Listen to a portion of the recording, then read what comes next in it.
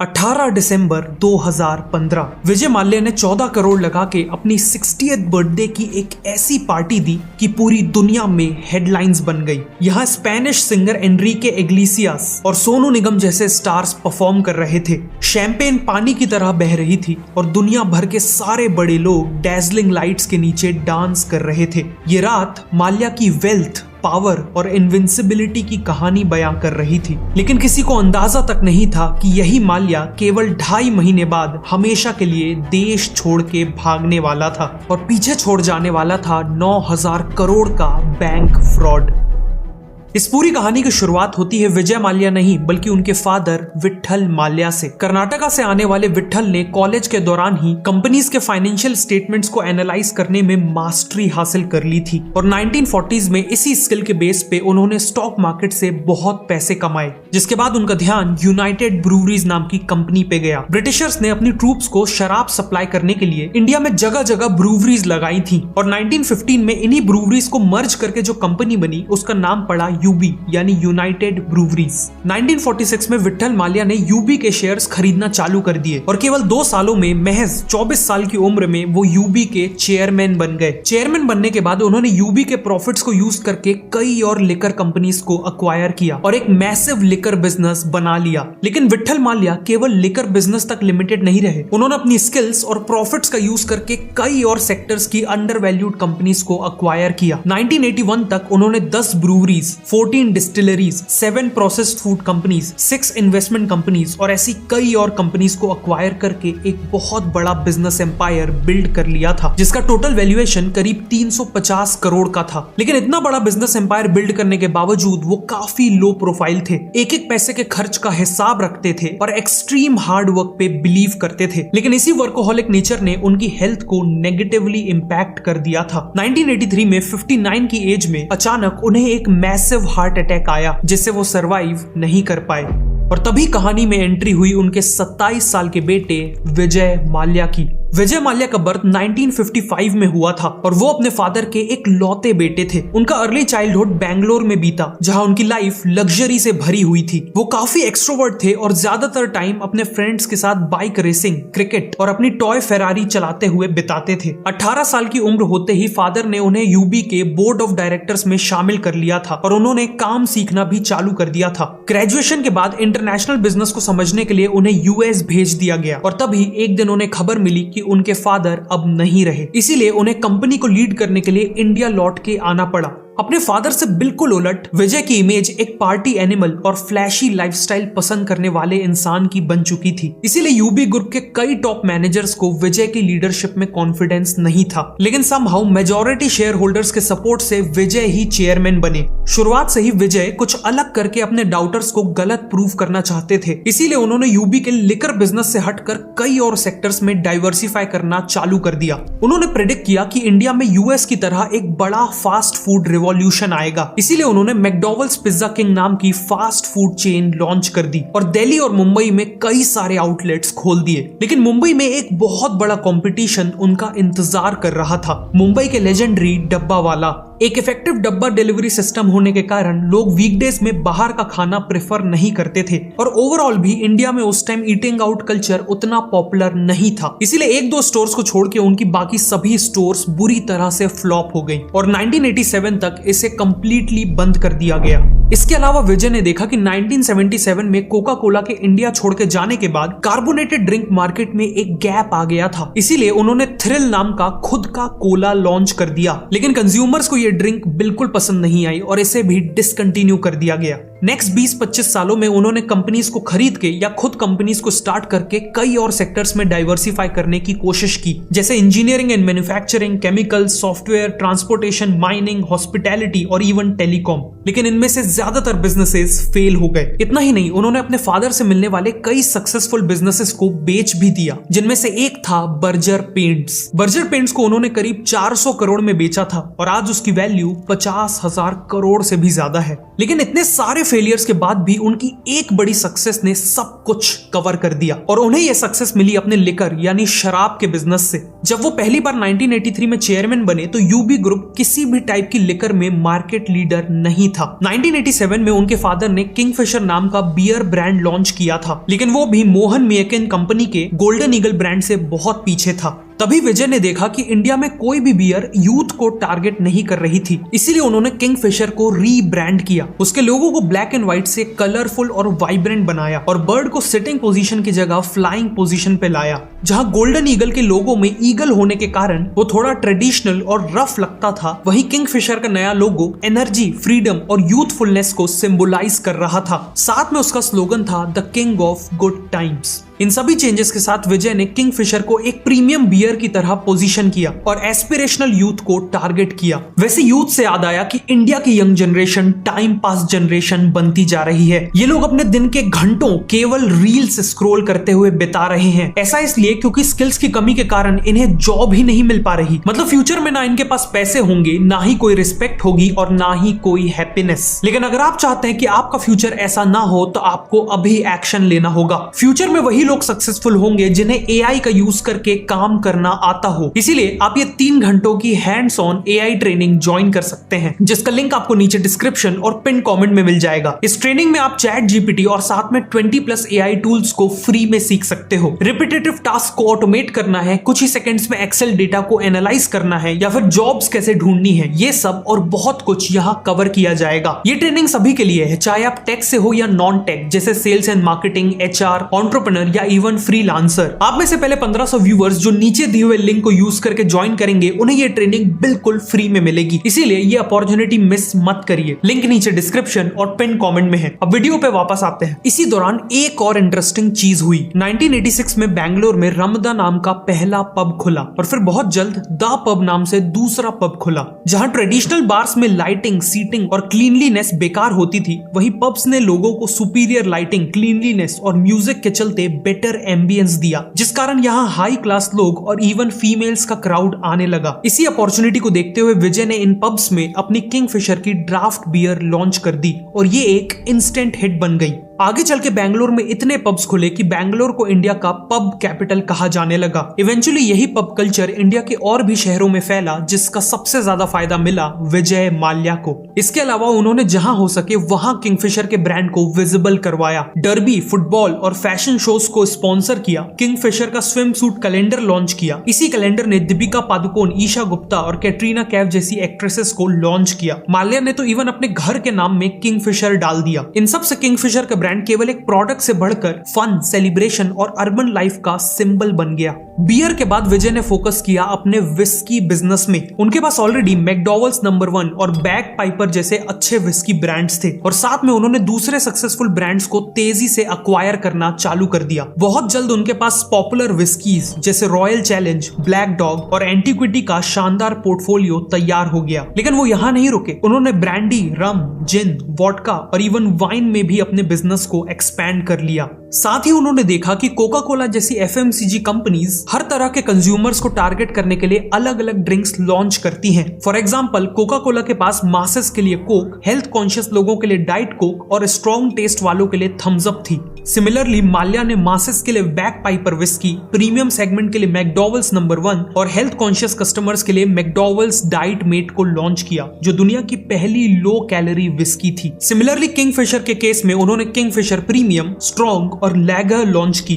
विजय की marketing strategy भी कमाल की थी। इंडिया में शराब की एडवर्टीजमेंट में बैन था, इसीलिए विजय ने इंडिया में पहली बार सरोगेट एडवर्टीजमेंट को इंट्रोड्यूस किया। बेसिकली अपनी मैकडॉवेल्स नंबर 1 विस्की को प्रमोट करने के लिए उन्होंने मैकडॉवेल्स का सोडा और वाटर लॉन्च कर दिया और बॉलीवुड और क्रिकेट सेलिब्रिटीज से इनका खूब ऐड करवाया, जिससे इनडायरेक्टली उनकी विस्की का ऐड हो गया। उन्होंने ये सेम स्ट्रेटजी अपने बाकी सभी ब्रांड्स के लिए भी अपनाई और ये स्ट्रेटजी काफी सक्सेसफुल हो गई। इन सब के चलते 2004 तक यूनाइटेड ब्रूवरीज पूरी दुनिया की चौथी सबसे बड़ी लिकर कंपनी बन चुकी थी।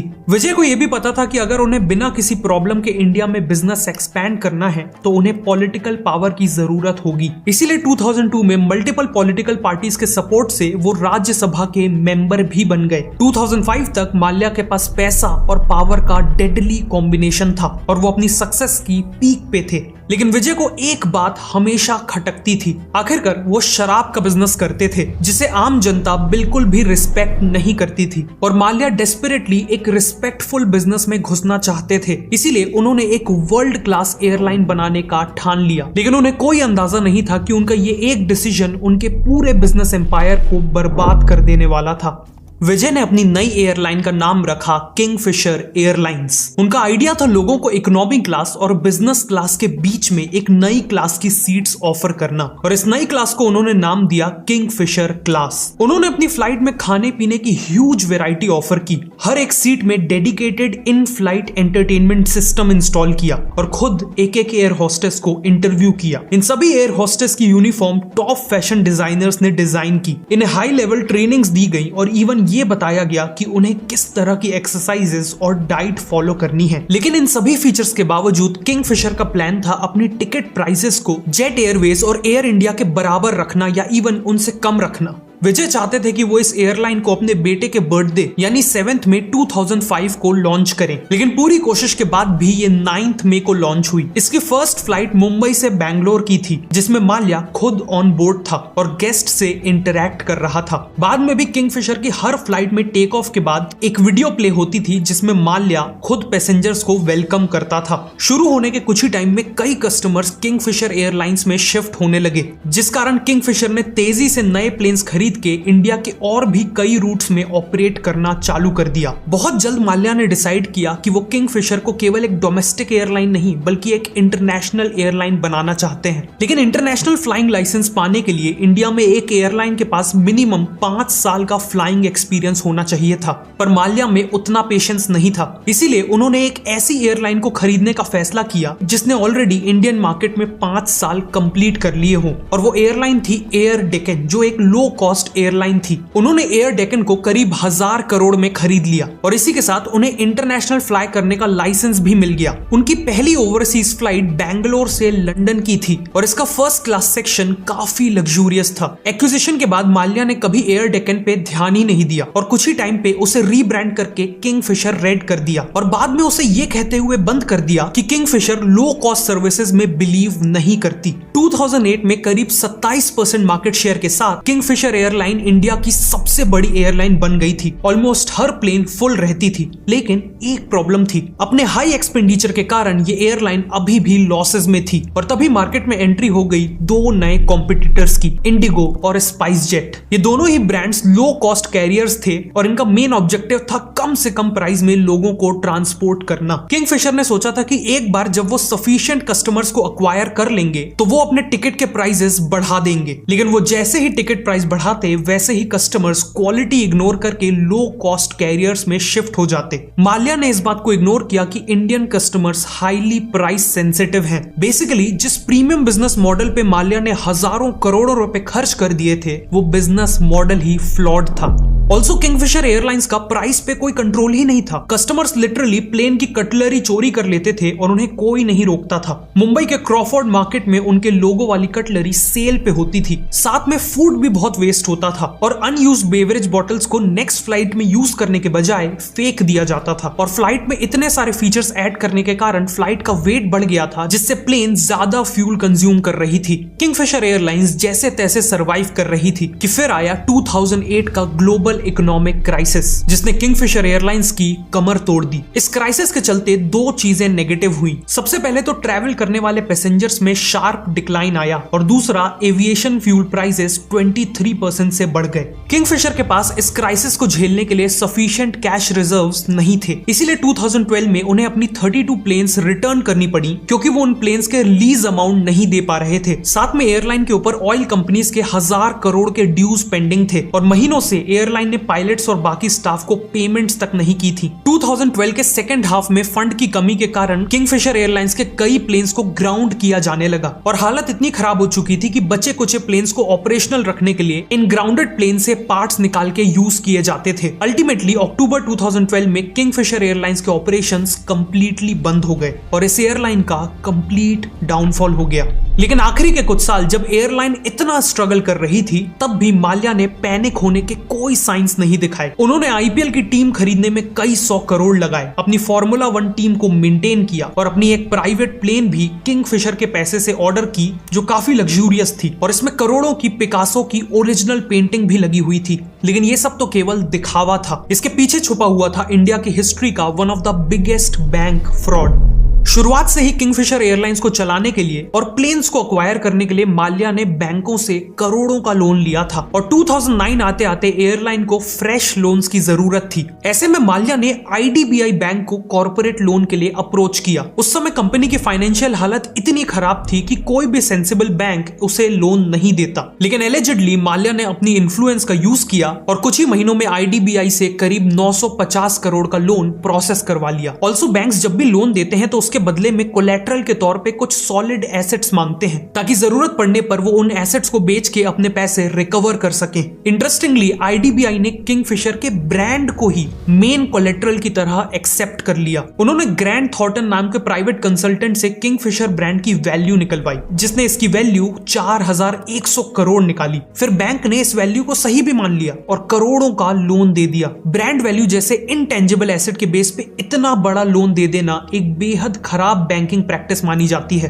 2010 तक किंगफिशर एयरलाइंस के ऊपर 7000 करोड़ का डेट चढ़ चुका था और वो ऑलरेडी करीब 2800 करोड़ का लोन चुकाने में फेल हो गए थे। जिन भी बैंक्स ने माल्या को लोन दिया था, उन्हें समझ आने लगा था कि उनका पैसा डूबने वाला है। ऐसे में बैंक्स के पास दो ऑप्शंस थे। वो इन लोन्स को नॉन परफॉर्मिंग एसेट्स डिक्लेयर करके लॉस बुक कर सकते थे या फिर किंगफिशर को और भी ज्यादा लोन दे सकते थे, इस उम्मीद से कि नया लोन कंपनी को रिवाइव कर देगा और फिर वो कंपनी पूरा पैसा लौटा देगी। माल्या के केस में बैंक ने दूसरा ऑप्शन चुना। नवंबर 2010 में एसबीआई की लीडरशिप में 17 बैंकों का एक कंसोर्टियम बना। ना केवल इन्होंने किंगफिशर को कम रेट पे फ्रेश लोन दिया, बल्कि बैंक्स ने 1355 करोड़ के पुराने लोन को इक्विटी शेयर्स में कन्वर्ट कर दिया। बेसिकली बैंक्स ने 1355 करोड़ का लोन अमाउंट वापस लेने की जगह किंगफिशर के इक्विटी शेयर्स ले लिए और ये शेयर्स भी उन्होंने मार्केट वैल्यू पे नहीं बल्कि 60% महंगी वैल्यूएशन में लिए। इसके अलावा बैंक्स ने लोन को वापस करने का टाइम भी बढ़ा के 9 साल कर दिया।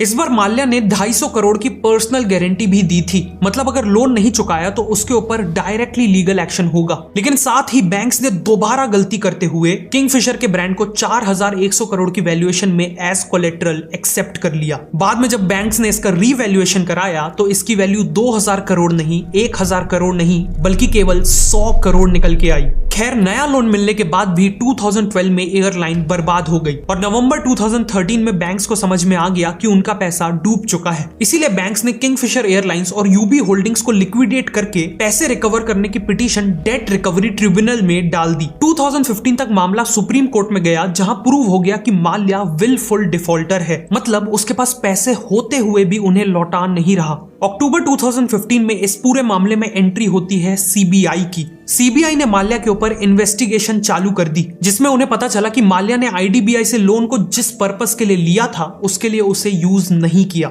लोन के कुछ पैसों से उसने अपना पुराना लोन रीपे किया और बाकी पैसों को फॉरेन ट्रांसफर करके पर्सनल प्रॉपर्टीज खरीद ली। इन सब के चलते दिसंबर 2015 तक माल्या के ऊपर मल्टीपल केसेस और इन्वेस्टिगेशंस चालू हो चुकी थी। बैंक्स के अलावा माल्या ने अपने 3000 एम्प्लॉयज के भी पैसे नहीं दिए थे, जिस कारण ये सब स्ट्रगल कर रहे थे। एयरलाइन की कैबिन क्रू और बाकी एम्प्लॉयज नौकरी ढूंढने के लिए भटक रहे थे, प्रोटेस्ट करके अपने हक का पैसा मांग रहे थे और फाइनेंशियल सिचुएशन बिगड़ने के कारण तो एक एम्प्लॉय की वाइफ ने अपनी जान तक ले ली थी। लेकिन वहीं दूसरी तरफ माल्या बिना किसी गिल्ट के अपनी 60th बर्थडे की पार्टी प्लान कर रहा था। दिसंबर 2015 में उसने $2 मिलियन लगा के गोवा में अपनी बर्थडे पार्टी मनाई। इस पार्टी को मदर ऑफ ऑल बैशेस नाम दिया गया, लेकिन पब्लिक और बैंक्स ने इसे बिल्कुल भी पॉजिटिवली नहीं लिया। खुद आरबीआई के गवर्नर ने इसे क्रिटिसाइज किया। 28 फरवरी 2016 को सुप्रीम कोर्ट के सीनियर काउंसिल दुष्यंत दवे ने एसबीआई को एडवाइस किया कि वो कोर्ट में एक पिटीशन डालें कि माल्या को देश से बाहर ना जाने दिया जाए, लेकिन एसबीआई ने देर कर दी। रूमर थी कि माल्या को किसी सीनियर ब्यूरोक्रेट से टिप मिल गई कि जल्द ही अथॉरिटीज उसे जेल भेजने वाली हैं। और इसी के कुछ दिन बाद 2 मार्च 2016 को माल्या अपनी गर्लफ्रेंड के साथ जेट एयरवेज की दिल्ली टू लंदन फ्लाइट के फर्स्ट क्लास सेक्शन में बोर्ड करता है और उसके साथ 7 बड़े सूटकेसेस भी थे, जिससे क्लियर था कि वो एक लंबी बहुत लंबी ट्रिप के लिए निकल रहा है। एक वो दिन था और एक आज का दिन। विजय माल्या कभी इंडिया लौट के नहीं आया और पीछे छोड़ गया 9,091 करोड़ का बैंक फ्रॉड। इंटरेस्टिंग बात यह है कि माल्या के भागने के 5 महीने पहले सीबीआई ने उसके खिलाफ लुकआउट नोटिस जारी किया था। मतलब अगर माल्या देश से बाहर जाने के लिए किसी भी एयरपोर्ट के इमिग्रेशन काउंटर में पहुंचता तो उसे इमिग्रेशन अथॉरिटीज डिटेन कर लेती। लेकिन फिर एलिजिडली माल्या ने फिर से गवर्नमेंट में अपनी इन्फ्लुएंस का यूज किया और लुकआउट नोटिस को मॉडिफाई करवा लिया, जिसके बाद इमिग्रेशन अथॉरिटीज को माल्या को डिटेन करने की जगह सिर्फ सीबीआई को उसकी मूवमेंट्स के बारे में इन्फॉर्म करना था। इसीलिए उस दिन माल्या को किसी ने नहीं रोका। 9 मार्च को अटॉर्नी जनरल ने सुप्रीम कोर्ट को माल्या के भागने की इंफॉर्मेशन दी, जिसके बाद इंडिया का पूरा पॉलिटिकल और फाइनेंशियल सिस्टम हिल गया। अप्रैल 2016 तक माल्या के खिलाफ नॉन बेलेबल वारंट्स इशू होने लगे। उसका पासपोर्ट सस्पेंड किया गया और उसे प्रोक्लेम्ड ऑफेंडर डिक्लेयर कर दिया गया। ईडी ने माल्या के 6,600 करोड़ के एसेट्स भी अटैच कर लिए। जून 2016 में माल्या को यूके से वापस लाने के लिए इंडिया ने एक्सट्रेडिशन प्रोसीडिंग्स शुरू की, लेकिन माल्या बार बार एक्सट्रेडिशन को यूके के कोर्ट्स में चैलेंज करके रोक देता है। लंदन में माल्या एक लेविश लाइफस्टाइल एंजॉय कर रहा है और मीडिया इंटरव्यूज और सोशल मीडिया के जरिए खुद को लगातार इनोसेंट क्लेम करता है। लेकिन रिसेंटली एक बहुत अच्छी खबर आई जब फाइनेंस मिनिस्टर निर्मला सीतारामन ने पार्लियामेंट में बताया कि बैंक्स ने माल्या के एसेट्स इंक्लूडिंग यूबी ग्रुप के 6,600 करोड़ के शेयर्स यूज करके करीब 14,000 करोड़ रुपए रिकवर कर लिए हैं। लेकिन इस रिकवरी के बाद भी माल्या के ऊपर मनी लॉन्ड्रिंग और बैंक फ्रॉड के केसेस हैं और वो आज भी इंडिया में वांटेड है। माल्या की ही तरह श्री रतन टाटा को भी अपनी फैमिली से एक बिजनेस एम्पायर मिला था और उन्होंने इस लेगेसी को डिग्निटी के साथ आगे बढ़ाया और टाटा को ट्रस्ट का सिंबल बना दिया। वहीं दूसरी तरफ माल्या ने धोखाधड़ी का रास्ता चुनकर अपने फादर के बिजनेस एम्पायर और उनकी लेगेसी को बर्बाद कर दिया। आज माल्या की पर्सनल वेल्थ चाहे अरबों खरबों में हो, लेकिन वो कभी भी अपनी खोई हुई इज्जत को वापस नहीं खरीद पाएगा। अगर आपको ये वीडियो अच्छी लगी तो मैं रिकमेंड करूंगा कि